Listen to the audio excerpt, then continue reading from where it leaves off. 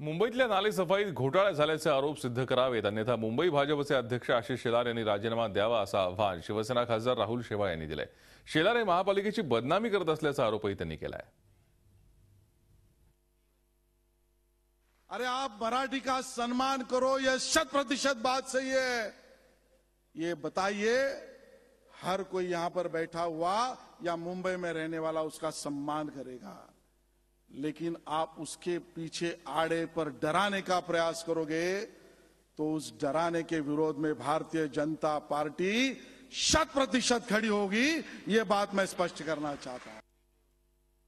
मुंबई महानगरपालिकेवर 100 कोटीचा घोटाळा झाला असा आरोप करणं अत्यंत चुकीचं आहे, दुर्दैवाचं आहे। जे कंत्राट 100 कोटीचं नाही आहे, ज्या ठिकाणी 100 कोटीचं पेमेंट झालं नाही, अशा ठिकाणी 100 कोटीचा घोटाळा कसा झाला हे आशिष शेलार यांनी सिद्ध करून दाखवावं आणि मुंबईकरांना त्याची माहिती द्यावी, तर मुंबईकरांच्या ज्ञानात भर पडेल। परंतु तसं कुठलंही न सांगताना बिनबुडाचे आरोप करणं हे अत्यंत दुर्दैवी आहे। म्हणून माझं आशिष शेलार यांना आव्हान आहे की त्यांनी 100 कोटीचा घोटाळा सिद्ध करावा। जर सिद्ध नाही झाला तर त्यांनी त्यांचा राजीनामा द्यावा।